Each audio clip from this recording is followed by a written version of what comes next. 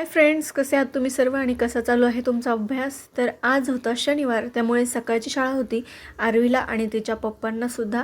तर सकाळीच हे सगळे गेल्यामुळे मग मला स्वयंपाक वगैरे करताना खूप प्रॉब्लेम आला, कारण बाळ एकटा काही खेळत नाही आणि त्यात त्याची तब्येत खराब होती. त्यामुळे मग मला मी आरवी होती तोपर्यंतच भाजी करून घेतलेली होती आणि पोळ्यांचं पीठसुद्धा मळून ठेवलेलं होतं. परंतु मला काही चपात्या बनवता आलेल्या नाही आहेत. जेव्हा तो झोपला 11 वाजता तेव्हा मग मी चपात्या बनवल्या आणि आज व्हिडिओसुद्धा मला सकाळच्या स्वयंपाकाच्या वेळेत काही ऐकता आलेले नाही आहेत.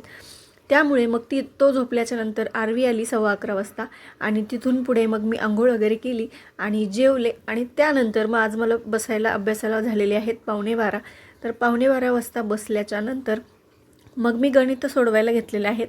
तर गणितामध्ये आता मी मिश्र जे उदाहरणं आहेत ते सोडवायला घेतलेले आहेत. तर बघूया म्हटलं आपलं कितपर्यंत तयारी चालू आहे किंवा झाली आहे. तर त्या हिशोबाने मग मी मिश्र प्रश्न सोडवायला घेतलेले आहेत.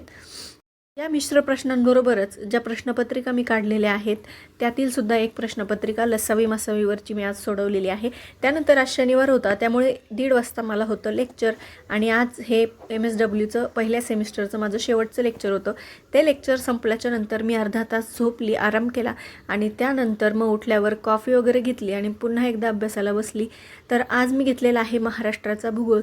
यामध्ये बरेचसे घटक आहेत, जसे अभयारण्य आहेत, नद्या आहेत, अजून बरंच काय काय आहे, जिल्ह्यांवरील माहिती आहे. तर हे सर्व मी वाचण्याचा माझा प्रयत्न आहे आणि सगळं म्हटलं एकदा नजरेखालून घालवावं म्हणून मग मी आज महाराष्ट्राचा भूगोल घेतलेला आहे. स्पेशली भारताचा भूगोल मी आधी थोडासा वाचलेला आहे आणि राहिलेला आहे थोडासा, तो नंतर वाचेल.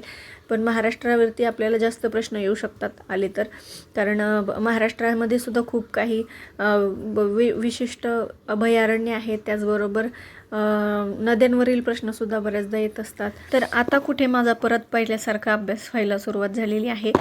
तर त्यामुळे बरंच भारी वाटते. पण आता अभ्यास पण एवढा मागे पडला आहे ना, त्यामुळे पटपट आवरावं लागणार आहे. कारण माझी या एक ICDSच्या पेपरच्या अगोदर माझी MSWचीच फर्स्ट सेमिस्टरची एक्झाम आहे. त्याचासुद्धा मला अभ्यास करायचा आहे कम्पॅरेटिव्हली. तर खूप तारेवरची कसरत सध्या सुरू आहे खरं तर, परंतु काही हरकत नाही. त्या पेपरचं काही एवढं टेन्शन नाही आहे, कारण की ते थोडंसं वाचलं तरी लक्षात राहत आहे आणि आपण आपल्या मनाने सुद्धा त्यामध्ये बरंच काय लिहू शकतो. आपल्या समाजामध्ये आजूबाजूला जे काही घडत असतं त्यातीलच बरेचसे घटक त्यामध्ये इन्व्हॉल्व आहेत. त्यामुळे मग ते सोपं आहे समजा. पण तरीसुद्धा पॉईंट जे आहेत महत्त्वाचे ते लिहावे लागतील किंवा वाचावे लागतील, कारण ते एक्झाममध्ये पॉईंट वाईज लिहावं लागतं म्हणून. तर आता ICDSचा एक्झामचा जो अभ्यास आहे तो मी अजून 10 ते 12 दिवस करणार आहे आणि जशी 2 जानेवारीला माझी ती एक्झाम आहे, तर मग त्याच्या 4-5 दिवस अगोदर मी त्याचा अभ्यास करणार आहे. तोपर्यंत याचा जोरात अभ्यास करणार आहे.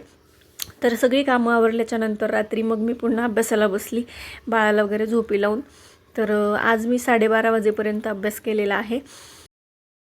मराठी ग्रामर हा सुद्धा विषय मी थोडंसं माझे प्रकरण राहिलेले आहेत ते मग आता घेतलेले आहेत मी रात्रीच्या वेळेला, कारण की जास्त अवघड विषय घेतला तर मग झोप येऊ शकते आणि मग थोडंसं चक्कर मारून सुद्धा मग झोप यायला लागल्यानंतर मी अभ्यास करत असते.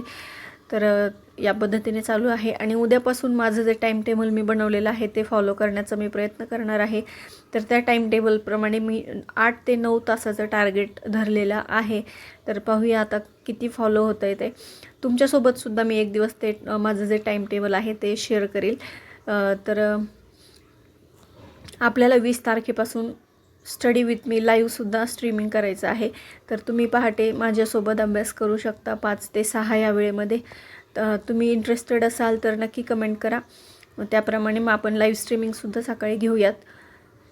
हा होता आजचा व्लॉग. भेटूयात पुढील एका नवीन व्लॉगमध्ये.